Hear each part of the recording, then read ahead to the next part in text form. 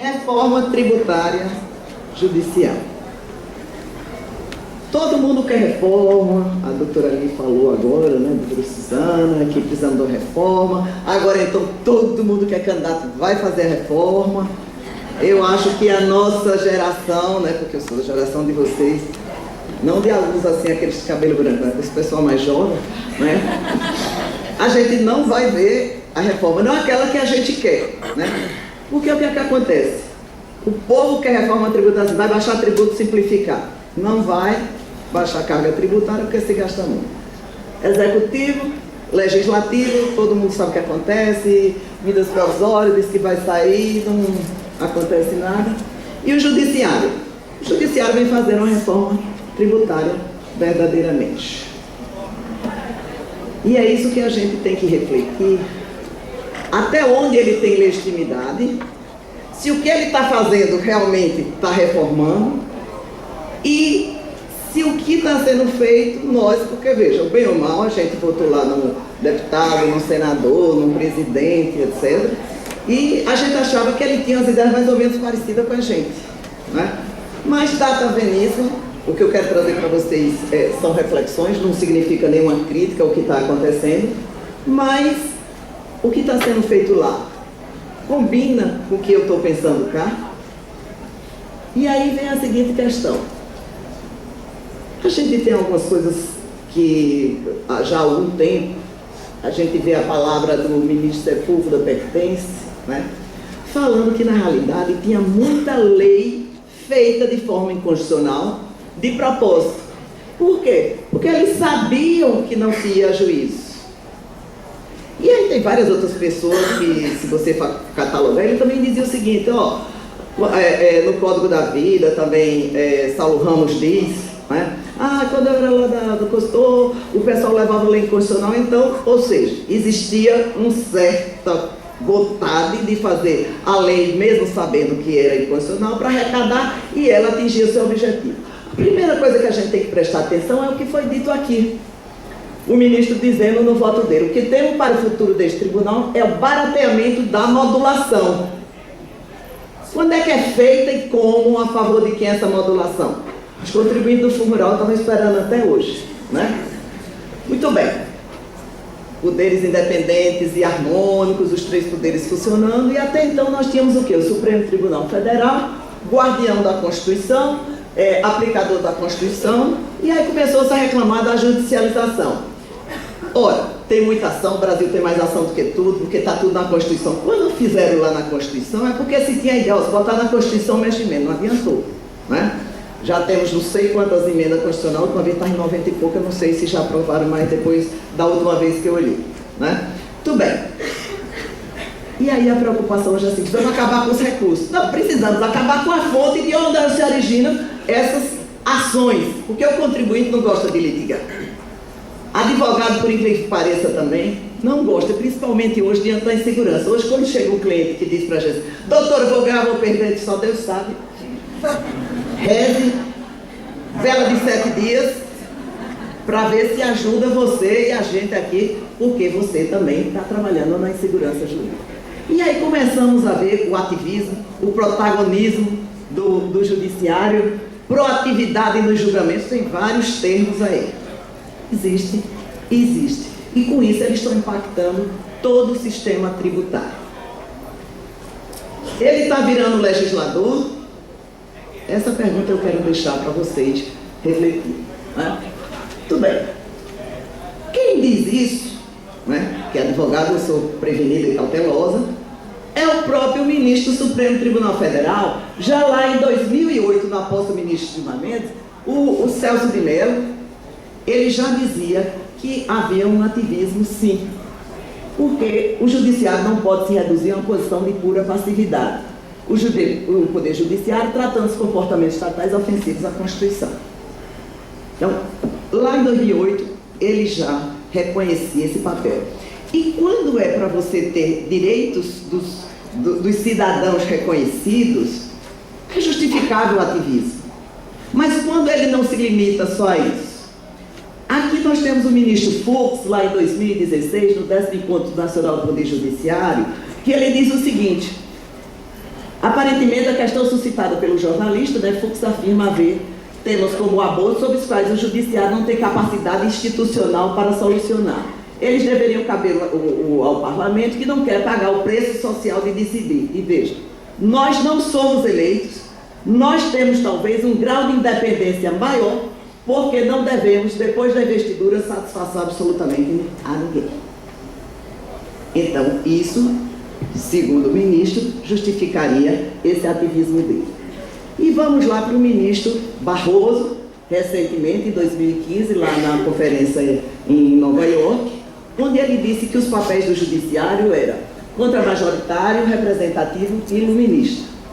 E aí ele diz, o papel representativo, quando atuam para atender demandas sociais que não foram satisfeitas até que hora pelo Poder Legislativo. Claro, se entra com a ação, o judiciário tem que responder, ele está sendo demandado. Mas até onde está indo essa decisão e se existe limite para isso? Aí ele vem, que também o judiciário deve exercer o papel iluminista. E o que é que significa o iluminista? Eu imagino que seja algo lá dos iluministas da França, etc. Mas ele diz aqui, em situações excepcionais, o papel iluminista é qual? Devem promover, em nome de valores racionais, certos avanços civilizatórios e empurrar a história. São decisões que não são propriamente contramajoritárias, por não envolverem a invalidação de uma lei específica, nem tampouco são representativas, por não expressar necessariamente o sentimento da maioria da população. Bom, isso também é para vocês refletirem. Bom, quem critica isso? O próprio ministro aqui. Tá? Ele diz o seguinte, o ativismo judicial é perigoso porque permite ao juiz ultrapassar o limite da legalidade e impor suas convicções pessoais em seus julgados, provocando insegurança jurídica. Para ele, autorizar esse tipo de prática equivale a dar um cheque em branco ao magistrado. Isso que está dizendo é o ministro. O ministro avaliou ainda que o magistrado, ao colocar o senso pessoal de justiça em seu trabalho diário, gera decisões díspares e desencontradas. Isso provoca insegurança jurídica e traz a falta de previsibilidade das decisões judiciais. Ele parece que adivinhou o que eu estava pensando. Para ele, a falta de segurança a respeito da resposta do judiciário às demandas que chegam diariamente aos tribunais e o excessivo protagonismo em relação aos demais poderes é sinal de atraso. O judiciário, sendo protagonista, mostra que o país não está bem. Então, a gente tem que refletir sobre isso. Tudo bem. Aí vamos analisar. Isso na prática, como é que está acontecendo? A gente tem uma primeira reforma lá em 92, onde foi mudada a sistemática tributária. Ou seja, contribuições se distinguem dos impostos e podem ter as mesmas bases de cálculo e fatos geradores. Será que as contribuições se distinguem dos impostos? Claro, você vai me dizer, doutora, ela não sabe que contribuição é para previdência, aquele negócio. Aí ficou todo mundo achando, acho que ela não sabe nada. É isso que a gente vê na prática? Não. Contribuição hoje é igualzinho imposto. E sendo imposto, ele não poderia ter a mesma base de cálculo. Quem diz isso é a Constituição, 154.1. Lei complementar, imposto não previsto no artigo anterior, desde que sejam não cumulativos e não tenham fato gerador base de cálculo. E a partir daí, o que foi que aconteceu com as contribuições? Exatamente porque as contribuições, elas não tinham que ser repartidas com os estados e municípios. Eu não digo que é certo ou correto, precisava arrecadar, etc. Mas, quando isso aconteceu, nós tínhamos a impressão de que as contribuições seriam destinadas efetivamente para... E aí você tem IPI, ICMS, tudo com a mesma base de cálculo, tudo o mesmo tributo, a mesma coisa. E aí, de 92 para cá, como é que está essa arrecadação? De 3.590, hoje já estamos em 209. Ou seja, as contribuições efetivamente atingiram o objetivo que era de arrecadar. A não cumulatividade de contribuição foi ilusão. Todo mundo está esperando até hoje dizer, não é não cumulativa? Seria, na prática, não é. Muito bem. Então, as contribuições foram consideradas tipo de a mesma base de cálculo, ficou podendo, elas viraram imposto na prática e tudo começou lá com aquela decisão. Guerra fiscal. que é que aconteceu com a questão da guerra fiscal? O Supremo vinha declarando inconstitucionais e aí vem aquela coisa, né? A empresa vai se situar naquela cidade porque tinha uma lei aprovada, foi dado incentivo, ele correspondeu, fez investimentos, criou empregos, etc. E depois começou a dizer que aquela lei era inconstitucional porque não obedecia o CONFAS. Bom, depois de muito julgar, não tantos, porque hoje já se diz que é uma repercussão geral, ou diz que é uma súmula vinculante, basta um caso ser julgado, mesmo que o julgamento seja de 6 a 5, já serve como a jurisprudência consolidada, né? Foi feito aqui o quê? Uma proposta de súmula vinculante. E aí o Supremo iria legislar sim, por quê? Porque havia a omissão do Congresso em legislar. Tá? Aí veio o seguinte, o presidente do Supremo recebe os governadores, naquela data. Depois o presidente do Supremo e senadores discutem a proposta de súmula vinculante. Que houvesse esse diálogo eu acho interessante, mas ninguém nunca me chamou como advogado, não sei se vocês foram, né? Chamados para discutir as propostas de súmula vinculante, né? Tudo bem. Aí nesse caso o legislador sentiu-se e resolveu aprovar a lei complementar, que eu não sei se resolveu ou não. Mas nesse caso haveria sim a decisão do Supremo que iria tentar resolver essa questão. Ou seja, ele iria legislar na omissão do legislador. Essa decisão eu achei muito interessante. Ela prevalecendo, e ela foi dada, não existe mais o princípio da legalidade para questões tributárias. Por quê? Lei pode delegar a fixação do aspecto quantitativo das taxas, quer dizer, o percentual, ao regulamento desde que fixado o mínimo e máximo na lei. Ou seja, vem uma lei e diz, ó, a taxa pode ser entre 200% e 100%. Aí fica o regulamento, podemos legislar. Isso aí, taxa é tributo, tributo segue Constituição, etc., né? Está lá. Sem prejuízo de outras garantias asseguradas do contribuinte, é vedada a União exigir aumentar tributos sem que lei estabeleça. Se isso se aplica à taxa, poderá se aplicar para o ICMS, para o Imposto sobre a Renda, CSL, que impede. Tá? Isso é uma decisão do Supremo Tribunal Federal. Fundo rural. Esse é interessante. Era inconstitucional, 2 decisões, virou constitucional. Tá? É interessante porque aí muda a composição, muda o pensamento. E todo mundo diz, não, longos anos, de 2011 para 2017, ah meu Deus, 6 anos é um tempo tão grande. Bom, são reflexões. Tudo bem. E veio a resolução do Senado. Os contribuintes entraram com embargos e não foi dado efeito de modulação. Hoje, fundo rural é constitucional e não era inconstitucional. Só que tem um detalhe, quem vai pagar inconstitucional? Por quê? Porque, como foi declarado inconstitucional lá atrás, que o adquirente era quem faria a retenção e o recolhimento, a resolução disse que essa norma saiu do mundo porque foi declarada inconstitucional, e quando ele agora disse que é constitucional, quem é que paga? Então, você vê como essa questão de mexer no sistema tributário tem toda uma consequência, todo um arcabouço que é abalado. Né? Tudo bem, eu entendo que ninguém deve pagar, né? Nem o adquirente, nem o outro. E vamos agora ver o que é que o judiciário novamente vai dizer em cima disso. Essa é muito interessante. Todo mundo gostou, todo advogado está vibrando. Poxa, nossa, ela saiu lá de Pernambuco para dizer que não foi boa. Foi ótimo, eu também gostei. Já veio para os clientes. Quem tem ação, quem tem ação, realmente. Né? E aí você vê o que é que o ministro Gilmar Mendes, lá no momento do julgamento, ele já disse que estava havendo uma reforma tributária judicial, sem medir exatamente as consequências dessa iniciativa. Implode-se o sistema tributário brasileiro. Um estímulo à criação de inúmeras teses tributárias a ocuparem a pauta dos tribunais. Ah, tem muita ação, o contribuinte gosta de ação. Claro! Agora é CMS do ICMS. Por quê? Porque nosso sistema tributário é baseado no sistema da tributação por dentro. Não digo que seja certo, mas todo tributo se em cima dele mesmo, em cima dos outros, etc. Com isso aqui, foi desmontado todo o arcabouço da tributação por dentro. O próprio ICMS, você acha? A ICMS é 18, 18 nada, mas se manda ele mesmo, fica no mínimo em 23. Né? Muito bem. Isso aqui foi no voto do ministro, onde ele diz: consequência dos nossos julgados, chama atenção, com essas consequências desastrosas. O que é que o contribuinte fez?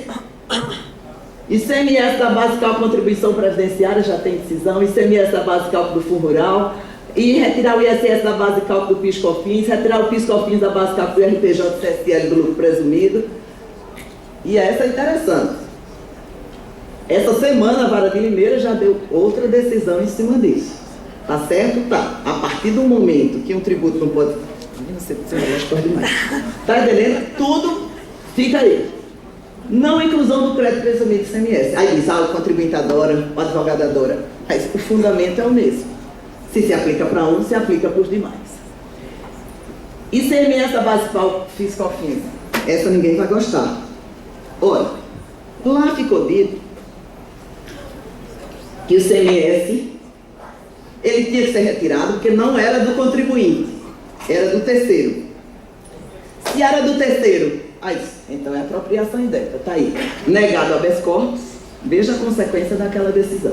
Negado habeas corpus, por quê? Descontado ou cobrado, deixa de recolher tributo ou contribuição, responde pelo crime aquele que desconta ou cobra o tributo.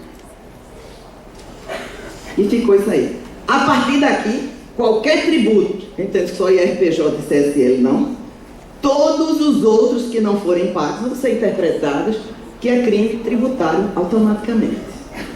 Então veja como você mexer em algo, você saiu desestruturando todo e criando consequências terríveis. Então isso a gente precisa refletir em si. Aí ele diz que cobrado deve ser compreendido nas relações tributárias havidas por tributos indiretos incidentes sobre o consumo. Não possui relevância o fato do ICMS ser própria ou substituição, porquanto em qualquer hipótese não haverá ônus financeiro do contribuinte de direito. Esse foi o fundamento para tirar o ICMS da base de cálculo, o ISS da base de cálculo, o RPJ, do Brasil, todas as ações que estão entrando. Então, a gente precisa, naquela ação entrada com os embargos, a Fazenda pedindo, pelo amor de Deus, entra com efeito vigente, porque quando é a gente pode pagar. Quando é contra o Fazenda, vai dar uma perda de arrecadação de bilhões daquela lei que foi feita de propósito como sendo inconstitucional. Então, a gente realmente precisa rever a nossa estrutura tributária. Mas nem tudo é só confusão para a gente. Pau que bate aqui, bate lá também. Né? Chegou no auxílio moradia do juiz desembargador. Merece, acho justo, pelo amor de Deus. Nada contra isso, pelo amor de Deus. Né? Mas o que é que acontece?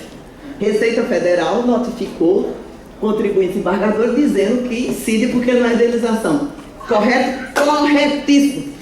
A lei expressamente diz que qualquer acréscimo patrimonial que você ganha, incide. Eu tenho até um caso super interessante, o cliente morava em Recife e foi transferido para João Pessoa. Aí ele alugou o imóvel dele em Recife e alugou em João Pessoa. Sabe o que aconteceu?